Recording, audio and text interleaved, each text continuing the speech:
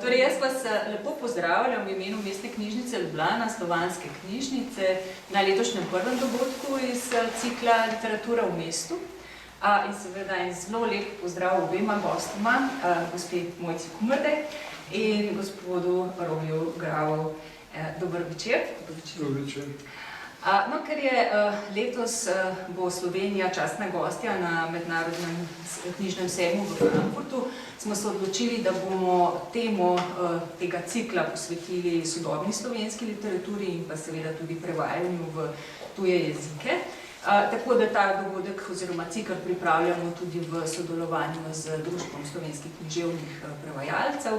Preden začnemo z pogovorom, bi jaz gosta še na kratko predstavila. Nekaj gotovo že veste od njima, nekaj pa bomo še zvedeli, mogoče kaj novega tekom pogovora.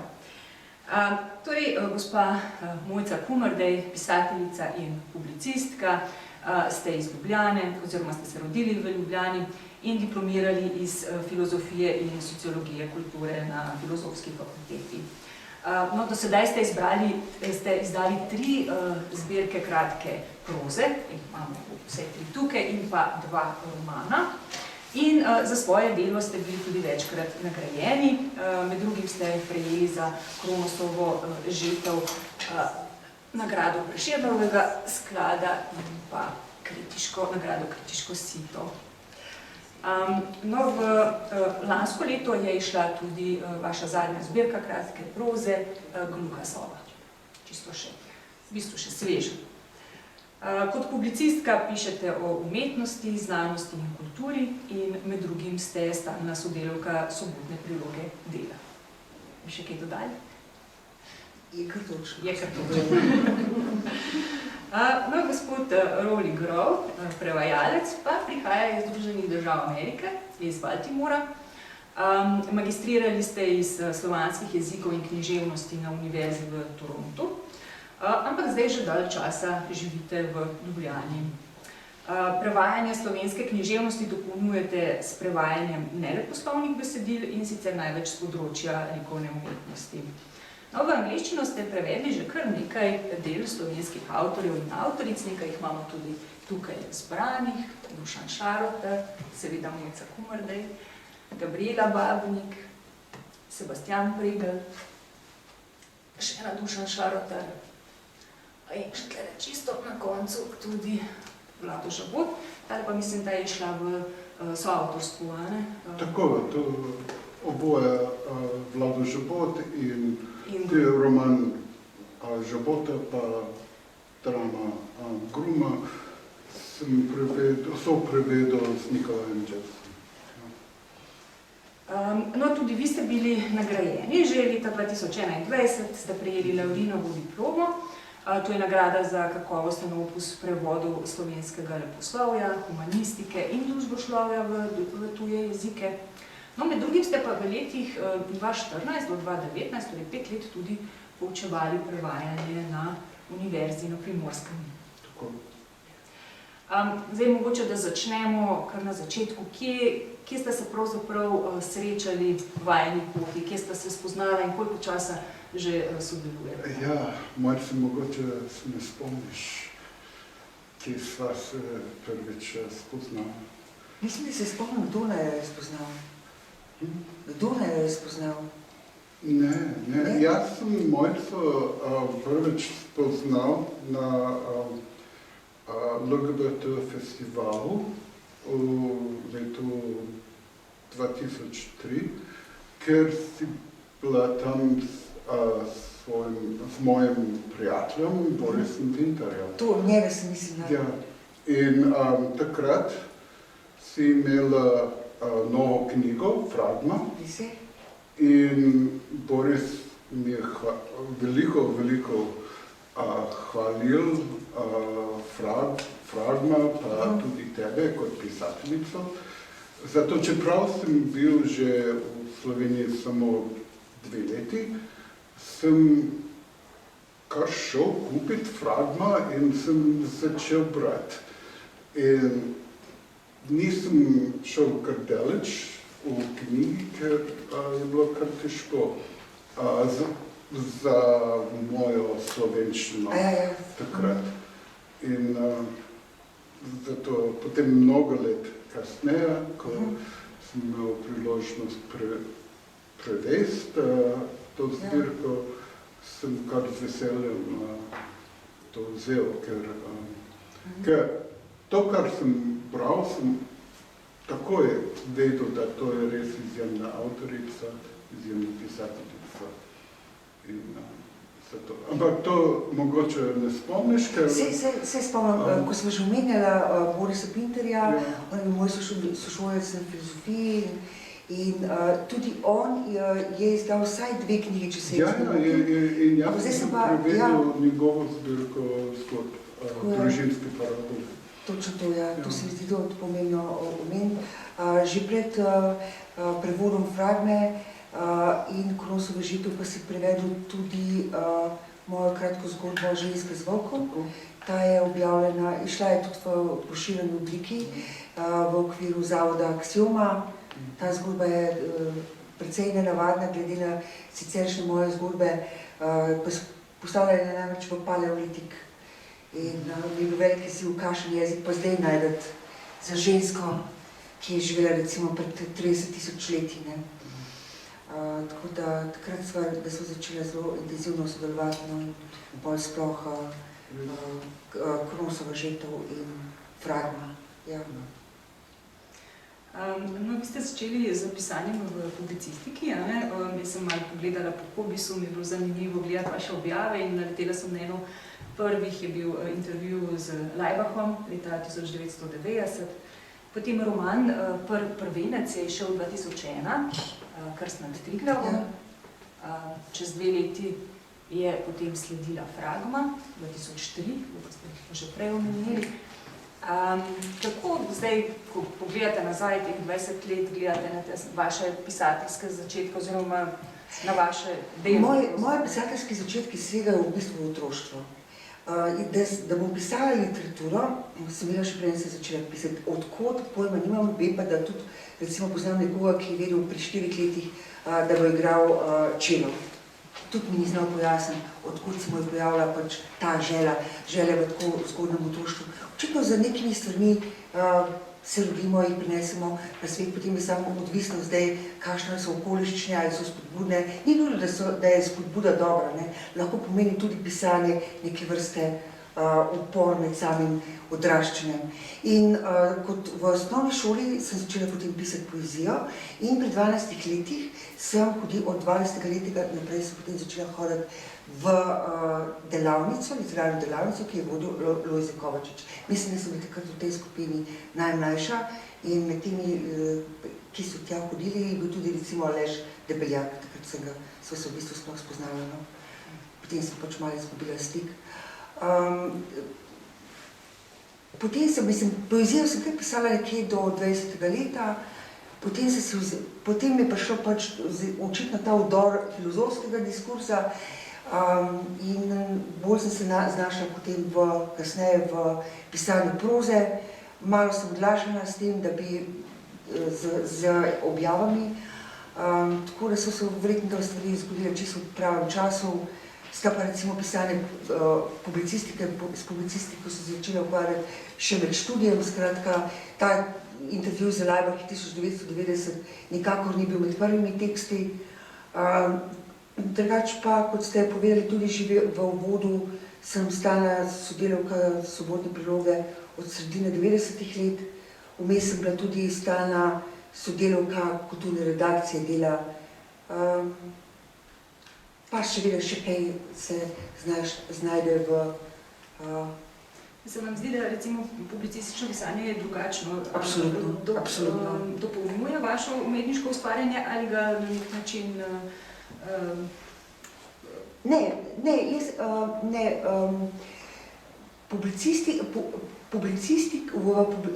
publicističnim pisanjem oziroma spremljanjem dogodkov ali pa določenih družbenih fenomenov sem velikrat našla kak navdih. Potem seveda vprašanje, kako se ideja razvije. Mislim, Glede jezika in samega pristopa, jaz to dvoje ločim. Vem, da so pisateljice, ki ne ločijo in tudi v samo publicistiko ali pa v novinarstvo bolj literarno, mislim, uvedejo to bolj literarno pisanje. Jaz sama kar ločim tudi zaradi samega pristopa v pisanju literature. Velikokrat poudarim, da mi je izjemno pomembno, da najdem jezik. Ne si bo to roman, ne si bo to zgodba. Prej ste sicer našteli te 3 zbirke, ampak zagotovo za eno, če ne 2 zbirki, so zgodbe še razsejane po raznih literarnih izdajah, mislim reč v revijah, niti niso vse tudi šle v slovenščini, mislim reč v Sloveniji. So nemško, obstaja ena, ki je šla v nemško-slovenski različici v Avstriji. Pri pisanju mi je izjemno pomemben jezik, ko najdem jezik, potem imam tudi vstop v zgodbo oziroma v obdelavo motiva, ideje, ki se mi pojavi.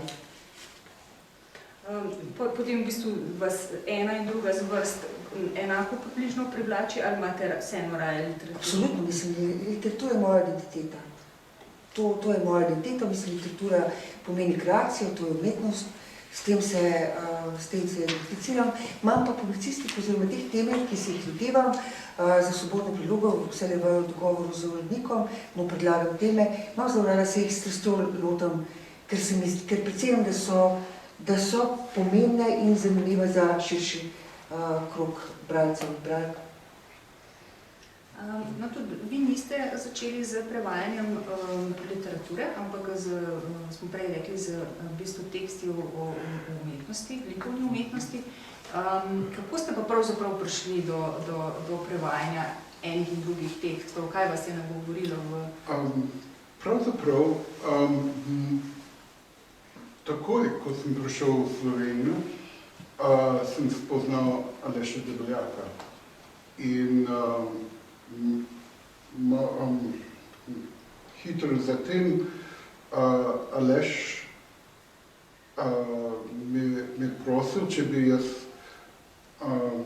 prevedel zbirko njegovih esejev. In zato moj prvi knjižni prevod je bil pravzaprav njegove eseje, ki je šla v Ameriki. In seveda, jaz sem takrat študiral slovenščino. Jaz sem bil dobesedno v Sloveniji par mesecev, ko sem začel prevajati. Ampak seveda z njegovo pomočjo. Zato pravzaprav nikoli nisem mislil, nisem zelo ločil taki teksti od književnosti. Potem sem tudi prevedel teksti, naprimer Igorja Zabela, kuratorja pri Moderni galeriji, ki je bil tudi pesnik in pisatelj in njegovi teksti so taki kot od pisatelja, pa tudi drugi. Zato kot Mojca je rekla, je treba najti jezik. Zame, jaz rečem, ko gre za književnost, je treba najti pravi glas, da prevajaš ta glas, ki je noter. In to velja tudi, če piše kakšen profesor, ali če piše to pesnik, ali prozaist, ali nekaj takega. Zato moja stvar je prevajanje. In ful uživam prevajanje književnosti. Ampak torej skoraj vsako prevajanje ima svoje izzive in se učim nekaj od tega, zato ne ločujem preveč. Se tudi vam mogoče zgodi, kot bralec, ko nekaj časa diha in živi s to knjigo, da potem, ko jo prevedete do konca, da pogrešate in zgodbo in junake.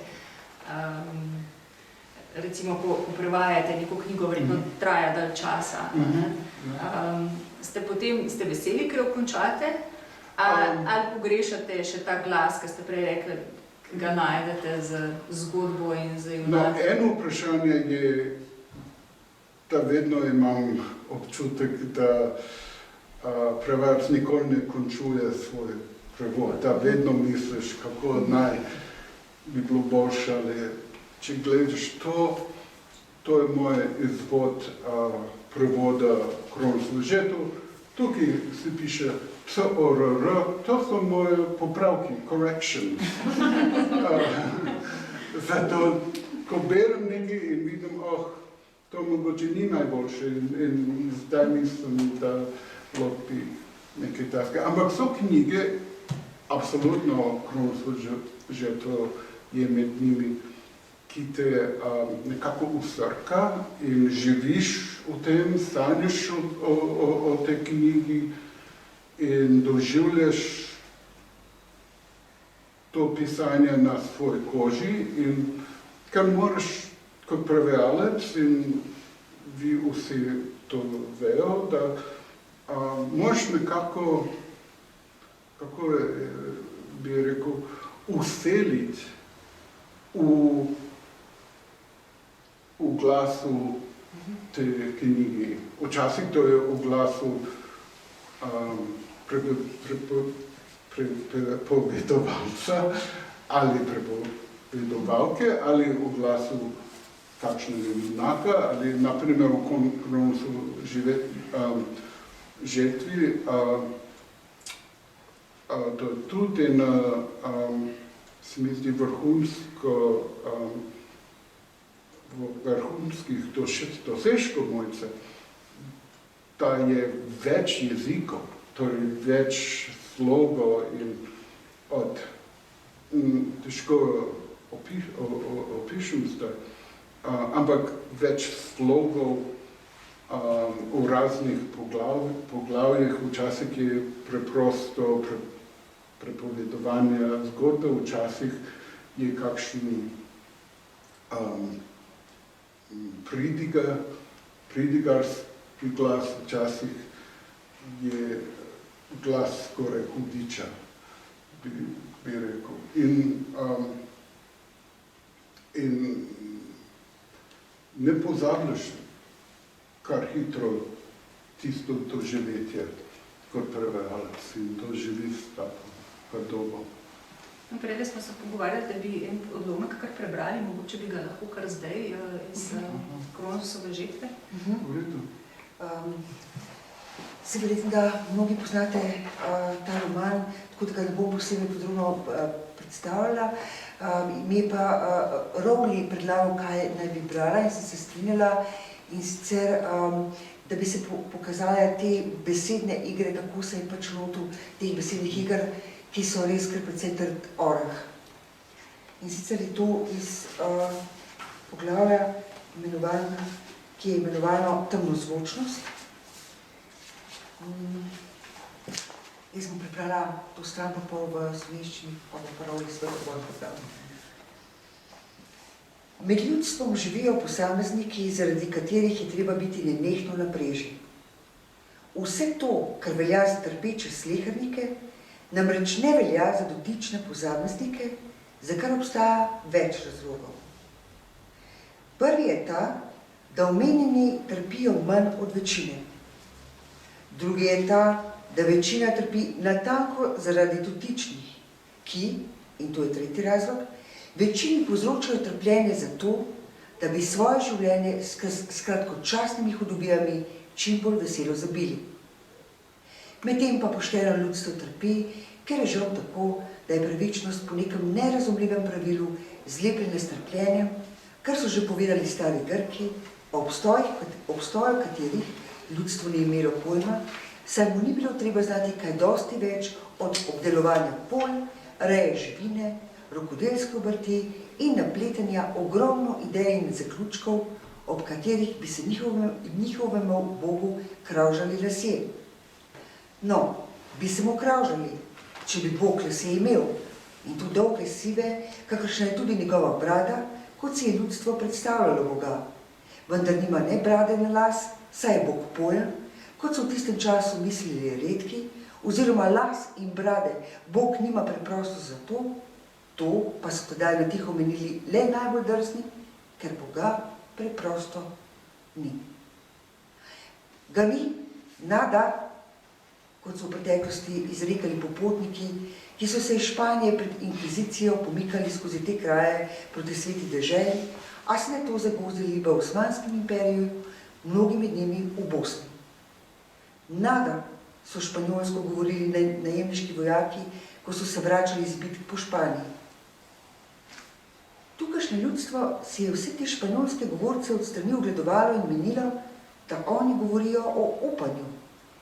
Nada, nada, vedno ta nada. Toda govorci v mislih niso imeli upanja, ampak nič, kar nada v španščini tudi pomeni. Zelo redki, ki so španjolsko razumeli, pa so se ob tem zamislili, ali morda določene besede ne vsebujejo skrite resnice isto zvenečih besed drugih jezikov. Saj, če je to tako, potem takem je nada čisto navaden nič, kar se v življenju izkaže nemalokrat.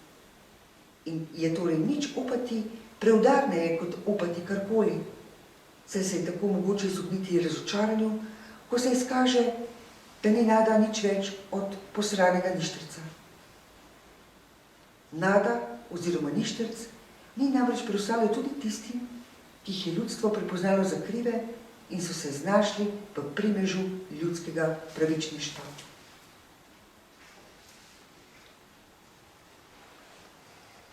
Living among the populace are certain individuals, and it's because of them that you have to be constantly on your guard. Things that apply to ordinary suffering mortals do not apply to them, and for several reasons. First, they suffer less than the majority. Second, the majority suffer precisely because of these individuals who, and this is the third reason, make the majority suffer simply for their own amusement, doing evil to kill the boredom of their lives as merrily as possible. And meanwhile, honest people suffer because, sadly, by some inexplicable rule, righteousness and suffering go hand in hand, as the ancient Greeks tell us. But the populace knew nothing about the ancient Greeks, since what they needed to know was not much more than working the fields, raising livestock, making handicrafts, and fabricating lots of ideas and theories that would curl their god's hair. If he had hair, that is, long gray hair, just like his beard, which is the way the populace imagined their god. But he doesn't have a beard or hair, because God is a concept, which is something very few people thought in those days, or rather, God does not have hair or a beard for the simple reason that, and in those days, only the very boldest people thought this in secret, God simply does not exist. There is no God, nada, as travelers in the past expressed it, who, fleeing the Inquisition in Spain, passed through these parts on their way to the Holy Land. But they got bogged down in the Ottoman Empire, many of them in Bosnia. Nada was what the mercenary soldiers said in the Spanish tongue, coming back from the wars in Spain. The local populace, with sidelong glances at all these Spanish speakers, thought they were saying the Slovene word for hope. Nada, nada, always this nada. But it wasn't hope they meant, but nothing, which is what the Spanish word means. The few people who understood Spanish wondered if some words might not contain the hidden truth of similar sounding words from other languages. If so, then nada, hope, is pure, ordinary nothing, as it fairly often turns out to be in life. And to hope for nothing, therefore, is more realistic than to hope for something, because you won't be disappointed when your nada proves to be nothing more than a worthless piece of nothing. And nada, nothing, was all that remained to those whom the populace saw as guilty, who found themselves in the grip of the people's justice.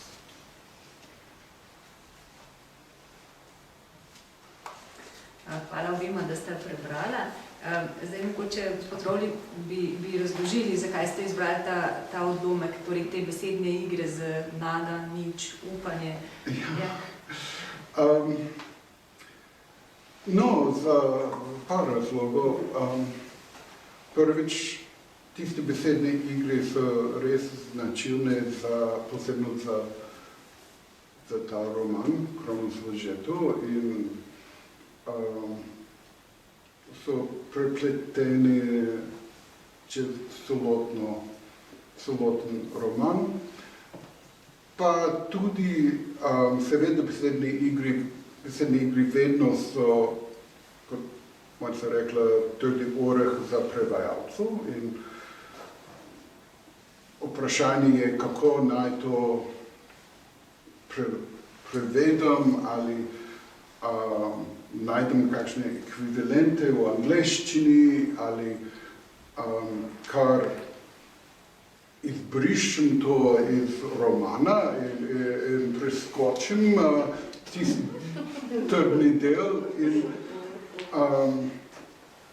ali pa nekako rušim tisto nekako, kar bi v gledališču rekli, četrto steno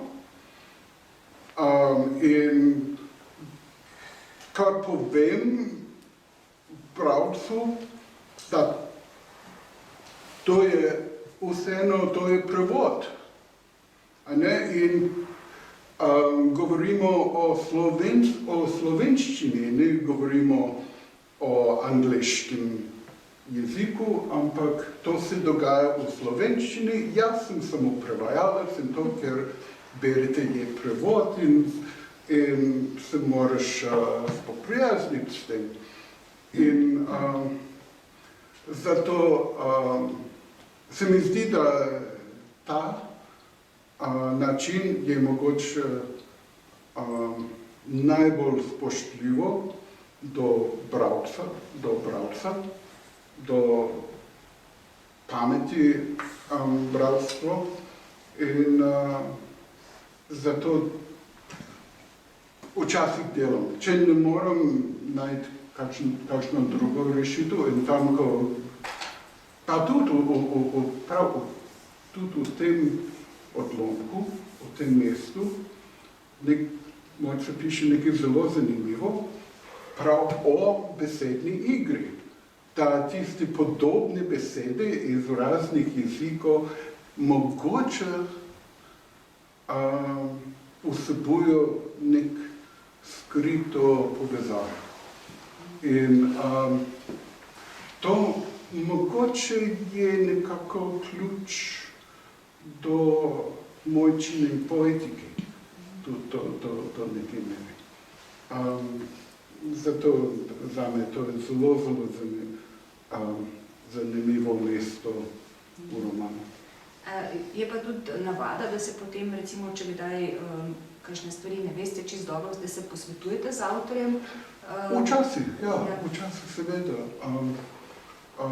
Odvisno kakšen je, ja, ampak s Mojco vedno imamo sproti prevajanju kakšne pogovore ali o posebnih besedih ali nekaj. O te bomo slišali pol o zgodbi Kaca, ki sem jo prevedel za antologijo, ki bo letos izšla.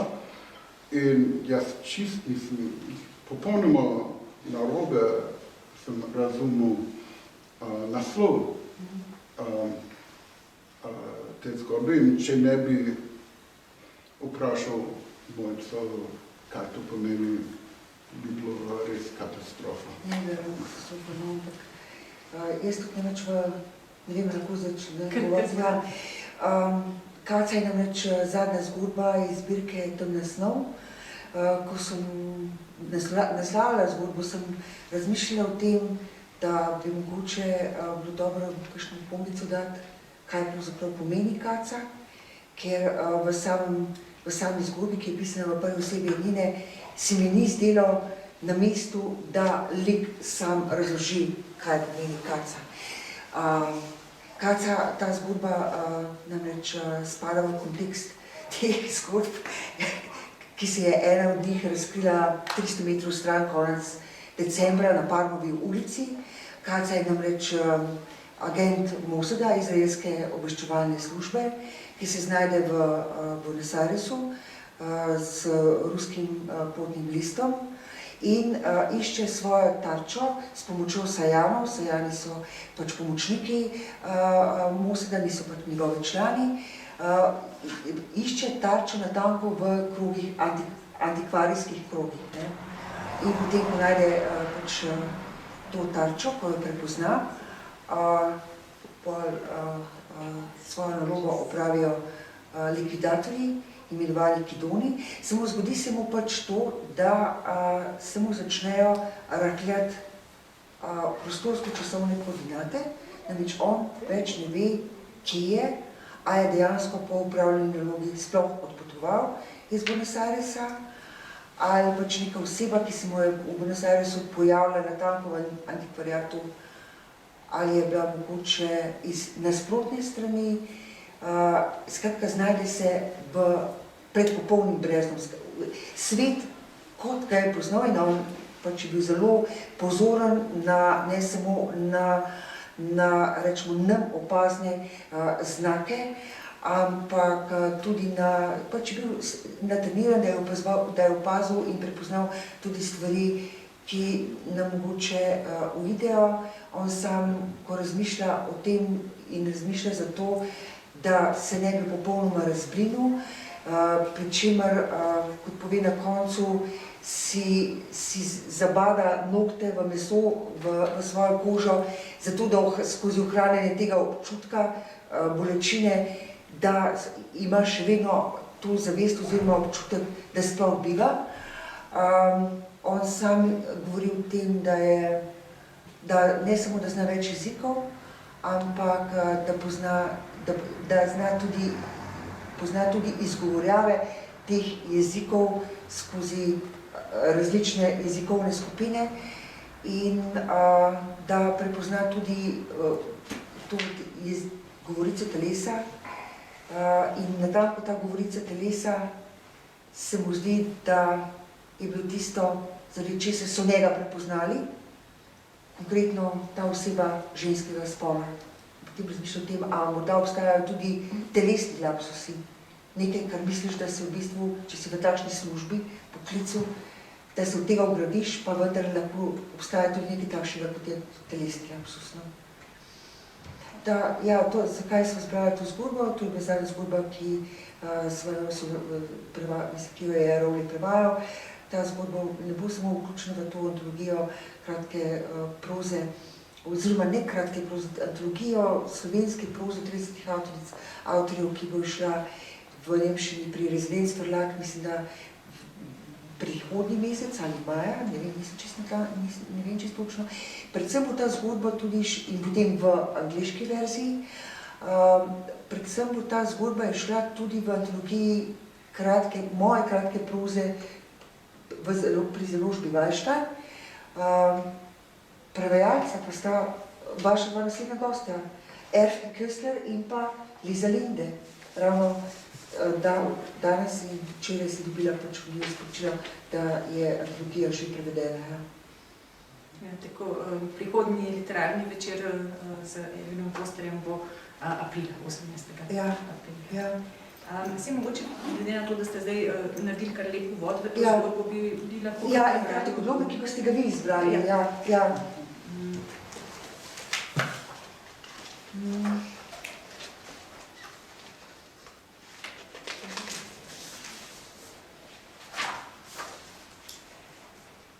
Spomnim se, da sem se zbudil v tej hotelski sobi. In prav spomin je tisto, s čimer se največ ukvarjam.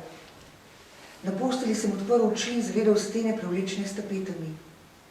Zeleno površino prepreda mreža okroglih belih vzorcev, tako da se ostri koti v sobi optično ovalno mehčajo. Soba ima zatohel vonj po starem neočiščenem tapesonu. Vstal sem s postelje, oblečeno belo srajco, svetlo se v suknič in sive hlače. Poleg postelje je moj rjavi potovalni kovček. V njem so moja oblačila in toaletni pribor. Verjetno, kovček je zaklenjen. Kje sta moj telefon in prenosni računalnik, ne vem. Po pristanku na letališču sem sedel v taksuj in se odpeljal proti mestu. Na katerem letališču? V katero mesto? Med prizori iz mojega bližnjega spomina ni povezav.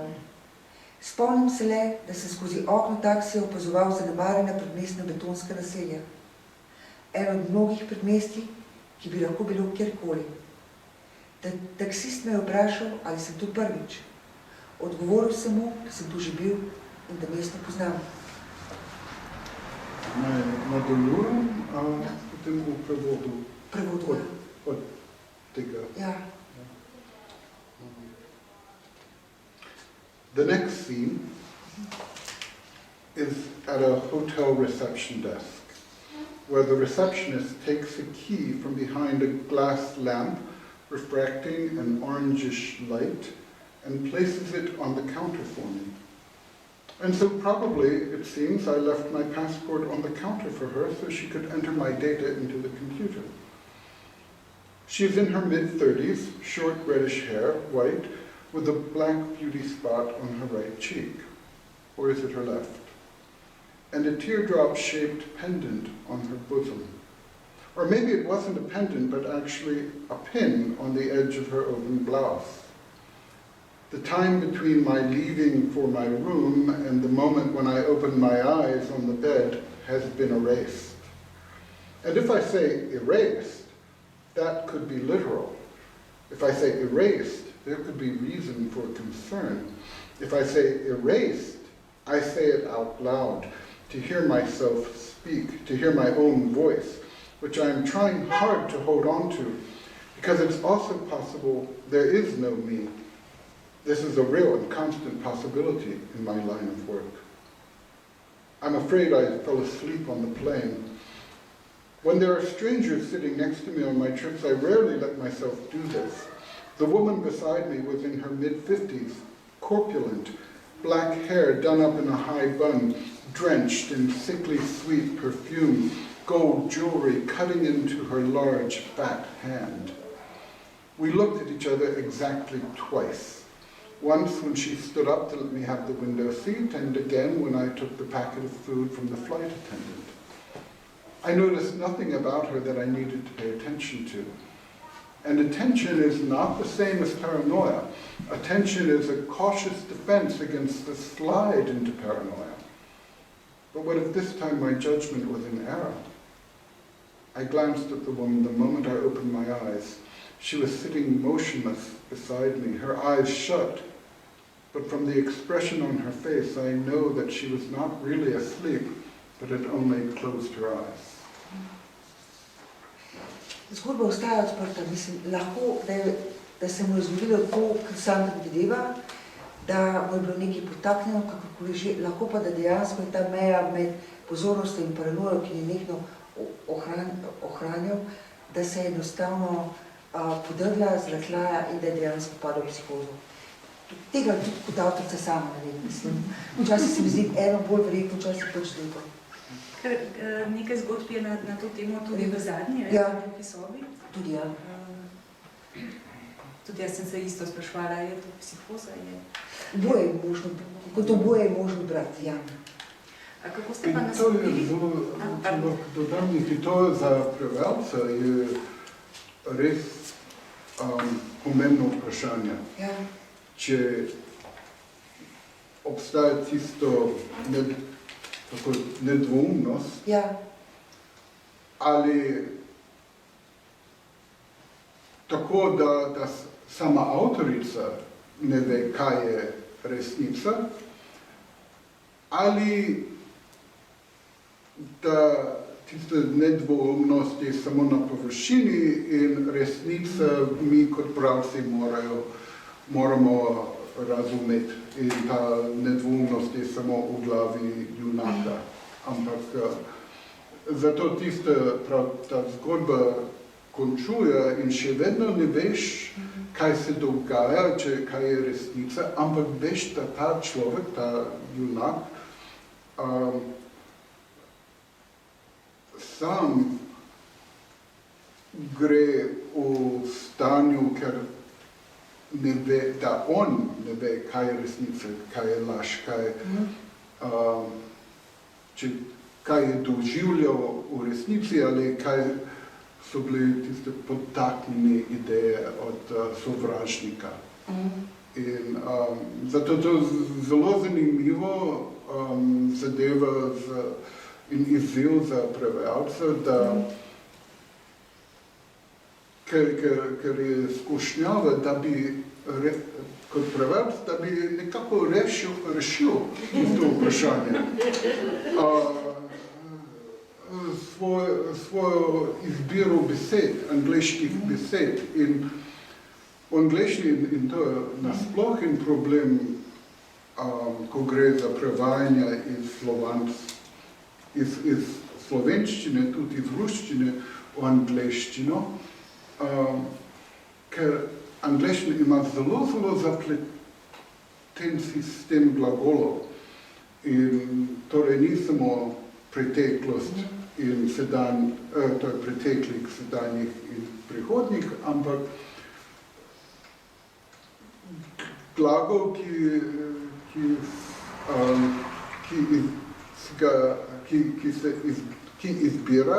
ga izbiraš, veliko pove. To nekaj pove vremenski odnos do sedanjosti. Zato moraš res vedno se sprašujem, kdaj se to zgodilo, je to že narejeno, končano ali še vedno nekako nadaljuje v sedanjost in take stvari. In ko gre za junaka, kot v tej zgodbi, ki sam ne ve, če je to resnica ali laž, ali če to se res dogajalo, ali potem moraš biti zelo, kot prevajalec moram res paziti, da nekako v svoji izbiri da ne dajem preveč informacijo bralcu. Kako ste pa potem naslovili zgodbo, ko ste prej rekli, da niste... Kapsa agent. Kapsa agent. Ja. No, prej ste omenili, da je dve zbirki, ki se zdaj pripravljate, oziroma ena vaša pa ena antologija, v tujih jezikih, tudi prevedeno imate tudi, smo rekli, Kronosovo žetev, pa kar nekaj zgodb, fragmo. A zdaj opažate, da se v tem času, kar se ve za frankfurtski sejem, se prevaja več, je zanimanje za vaše delo večje? Dogovor zato o tem, da se bo prevedel roman Kronosova žetev, je bil sklenjen leta 2018. Moram poudariti, da ko so se začele priprave še na kandidaturo, je Javna agencija za knjigo, takrat je pač te priprave za kandidaturo vodila Renata Zamida, ki je potem nekaj let zatem tudi postala direktorica Javne agencije za knjigo. Te priprave so potekale že od leta 2015. In takrat so bila organizirana prva srečanja z založniki in z novinarji iz nemško govorečih držav, skratka iz Nemčije, Avstrije, Švice tudi. In zato, da je prišlo do tega prevoda, moram še to povedati, posredniki literature v tujino morajo biti zelo vešči v tem, da prepoznajo, katero delo, kateri založbi ponuditi. In Renata je to sposobnost imela izjemno. In je to tudi zelo dobro opravljala. In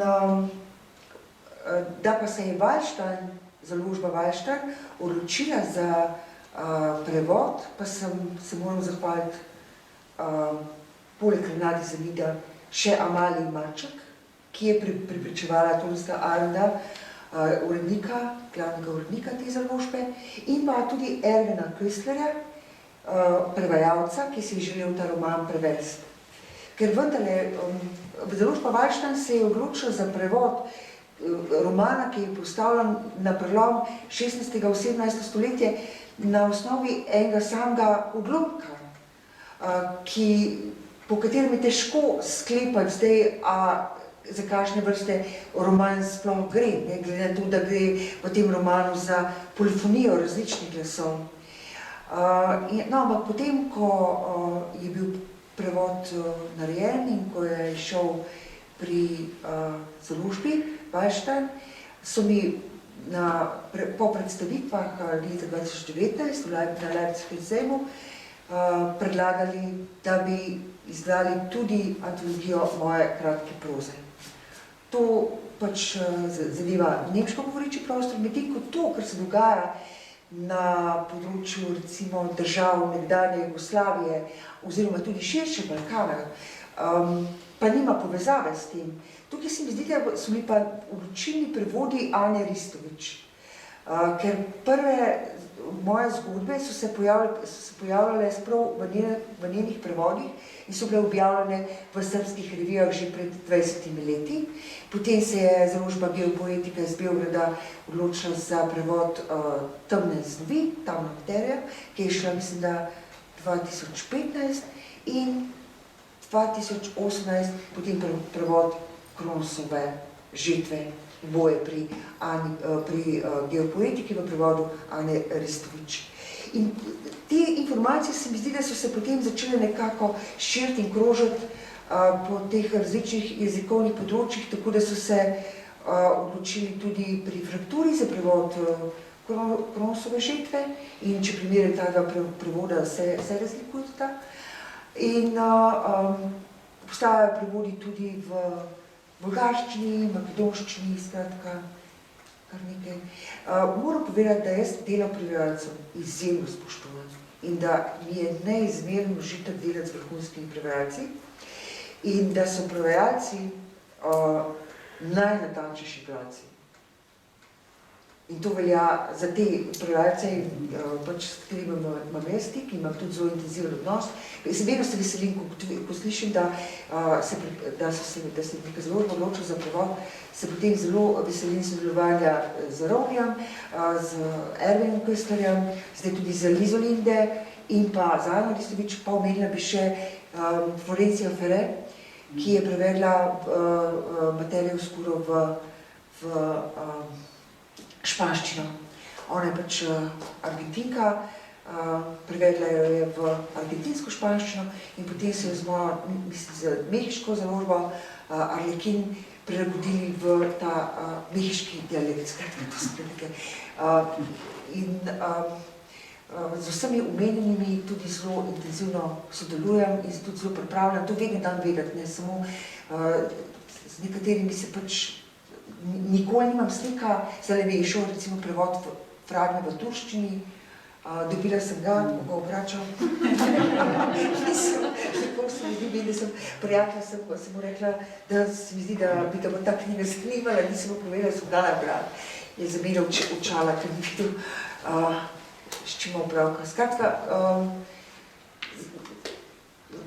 zelo pomembno se mi zdi, da se najde stik s prevajalcem, da prevajalc tudi, oziroma prevajalka uživa v prevodu in za vse omenjene lahko rečem, da jih odlikuje ne samo natančno branje, ampak tudi kreativnost. No? To se je videli prej na tem primeru, ki smo ga prebrala. In to je pač res zelo intenziven odnos, ki traja lahko tudi nekaj mesecev, vsaj pri Kronosu je to tako bilo.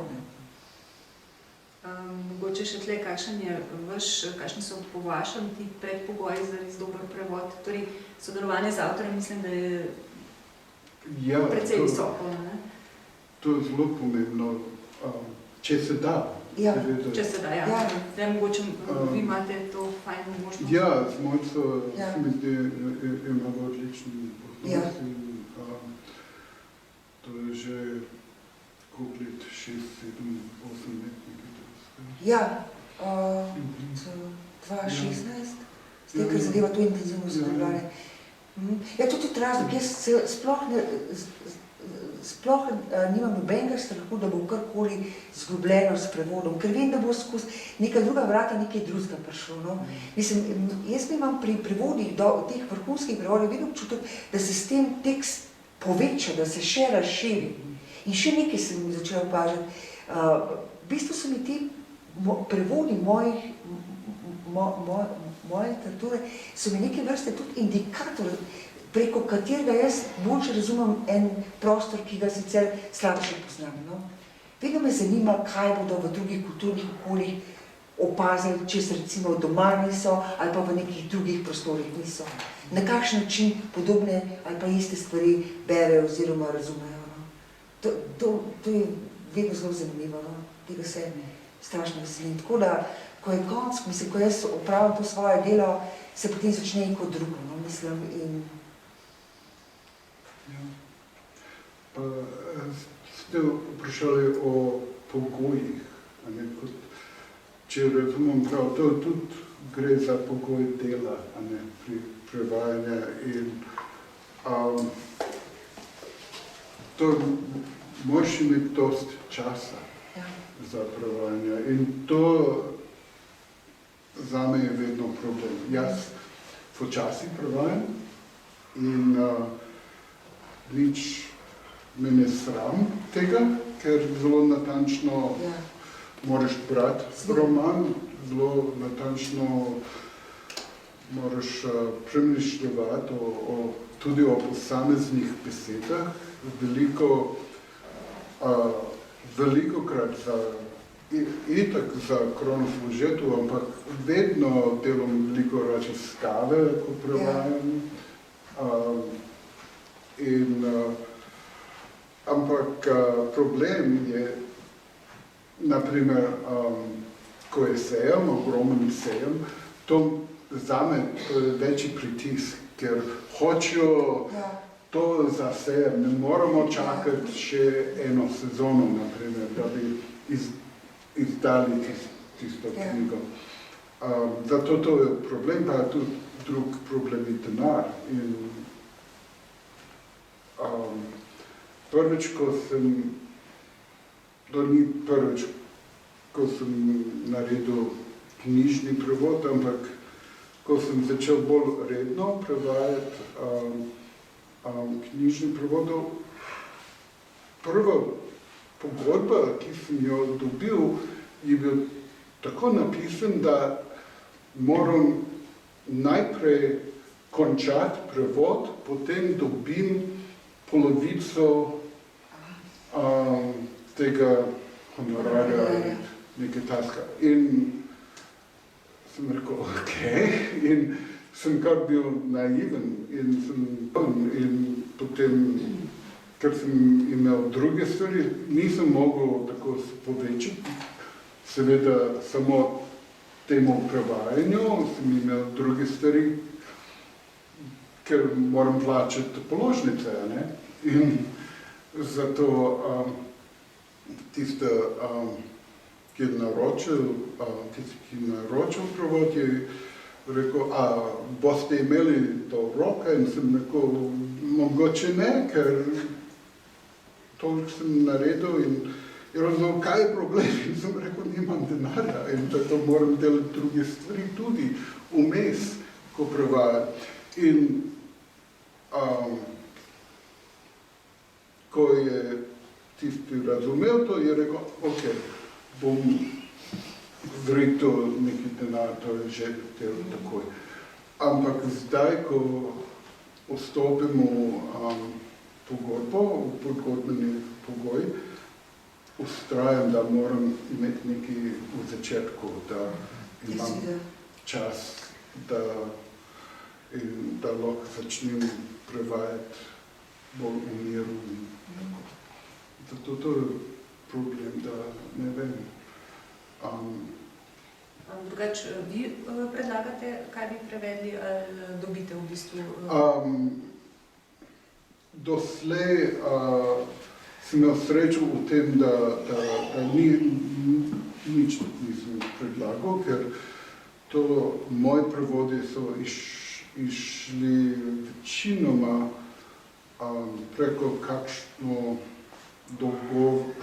kakšen dogovor med slovensko založbo in tujo založbo. Zato nisem bil zraven pri tem dogovoru. Več knjig sem prevedel za Istos Books, ki je imel kar večletni dogovor z Beletrino in pri njih sem prevedel Kronosov žeto, pa druge knjige, ali pa Fragno, to je bilo preko Vilenica, ko Mojca je bila gostja v Fokusu. Ja, slovenska gostja v Fokusu, to je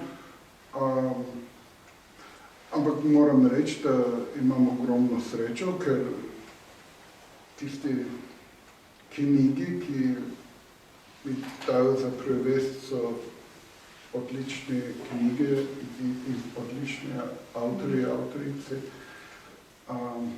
Ampak bi tudi predlagal nekaj, ampak to je zelo težko. To je zelo težko, ker to bi pomenilo, da predlagam nekaj ali britanski monolog, naprimer v Istos Books, da imam zelo dober odnos in tudi Suzy Curtis, založnica, pogovarjala se tudi o raznih možnosti, ampak drugače težko. Ja, ker so prevajalci tudi posredniki.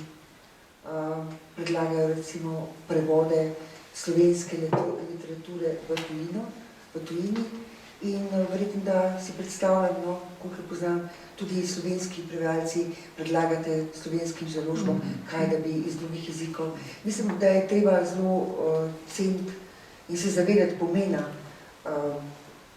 prevajalcev, ki ga imajo za slovensko literaturo. In tudi zato, da mi dobimo iz drugih jezikovnih okolij vrhunske kvalitetne prevode.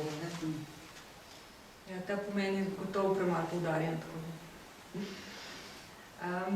Sicer se zdaj počasi že bližamo v uri, jaz bi vas vprašala še eno vprašanje, ki mogoče večkrat bolj domoznansko, ker naša knjižnica se s tem tudi ukvarja, in sicer Ljubljana. Zdaj, videla sem, da vi ste bili rojeni v Ljubljani, v zgodbah nisem zasledila, da bi bila kakšna specifična kulisa ljubljanska. Se vam zdi, da mesto kot Ljubljana vpliva na vaše pisanje? Absolutno je. Mislim, jaz sem v slovanski knjižnici, ampak to še v tej prvotni slovanske knjižnici na trgu francoske revolucije. Sem preživela kar precej let med študijem, sem hodila tja študirati, tudi samo okolje bi bilo zelo navdihujoče, vse je blizu bližnjega Filopaksa in pa še nekaj podobno. Se pojavlja, ampak jaz velikokrat ne definiram zdaj recimo točno mesta. Ampak tako kot Ljubljana nastopa, ne da bi bilo tako mogoče eksplicitno razvidno, nastopajo tudi druga mesta, kjer sem imela recimo rezidenco ali pa kjer sem gostovala oziroma sem jih obiskala svojo literaturo, recimo da je bil razlog kak prevod ali pa festival, da so se tam pojavila. Tako da ta različna okolja, ampak to je pravzaprav čist moja osebna zgodba in niti ni pomembno zdaj za samo literaturo, se mi zdi, ker se pojavljajo tudi neka druga okolja, ki so recimo bolj podeželska in potem tudi čist futuristična okolja, distopična okolja, ki pravzaprav ne sodijo v ta znani svet še za zdaj. Kaj pa vi, glede na to, da ste prišli iz takih velikih mest, kako se počutite v Ljubljani? Zelo dobro se počutim v Ljubljani in nisem hotel živeti več v velikem mestu, ker je tudi vse te problemi velikega mesta. Jaz sem kar izbral Ljubljano, bi rekel, tudi ker je zame obvladljivo mesto in hitro lahko poznaš vsak kotiček in To mi je zelo všeč. Pa veliko hodim po Ljubljani in kar doživljam še vedno, ko hodim po Ljubljani, gledam gor, tam grad na Griču in komaj verjamem, da sem tukaj, da živim v mestu, ki ima pravi grad. Jaz sem živel v Torontu, veš, kar je zanimivo, v Baltimoru in v Torontu sem imel nekako pogled iz svojega okna na ersatz grad, na tisto nadomestni grad. V Torontu obstaja en taka folly ali Casa Loma se imenuje, ki je zgradil kakšen milijoner ali bilioner v 20 letih prejšnjega stoletja za svojo ženo in je prinesel iz Evrope razne stvari in je izgledal kot grad in iz okna moje kuhinje sem kar gledal malo daljavi na Casa Loma. Potem v Baltimoru, kjer sem živel, sem imel odličen pogled na neki dni, je bolj kot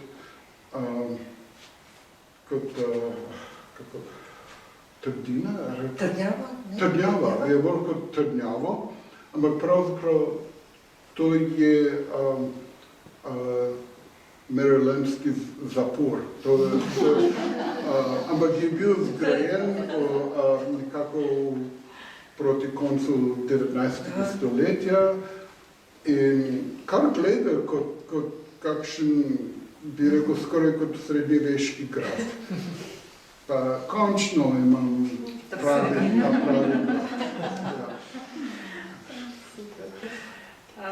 Drugače, nismo se prav veliko dotaknili vaše zadnje zbirke Gluhe sobe. Pripravljate v kratkem še kaj? Pripravljam malo daljšo stvar, mislim daljšo stvar. Torej roman? Ja, pripravljam to, ja. Tako da, ja, to je to, kar lahko zaenkrat povem. Ne smemo preveč, v katero smer bo šlo. Ne, jaz to boste fazi. Kakšni so pa vaši načrti? Prej ste omenili, da imate roman Sebastiana Pregelja o Elvisovi sobi, kar je čist drugačen kot druge romane, ki sem jih prevedel, razen seveda, da sem že en roman od Sebastiana prevedel, Kronika pozabljanja. Ampak jezik je čist drugačen, je kar preprost jezik in hvala Bogu, ker nimam veliko časa za prevajanje in ni takih trdnih orehov kot pri močnem pisanju. Ampak je dober roman v Elvisovi sobi. In potem veš, imam nekako svoje avtorje. Mojca absolutno je ena iz teh avtoric. Pa tudi, bi rekel, Dušan Šarotar je en takih. Zato kasneje letos bom začel prevajati njegovo novo knjigo Zvezdno karto. In mogoče upam, da preko slej bom tudi prevedel Gluho sobo. To bi bilo odlično. Ja, potem bomo pa na tej točki, jaz mislim, da kar zaključili tale večer z vašo idejo. Še enkrat zahvaljujem, ker ste prišli in seveda obima gostoma, res lepo je bilo z vami in vas prijazno vabim tudi na naslednji dogodek 18. aprila. Tako da še enkrat hvala, pa lahko noč. Hvala.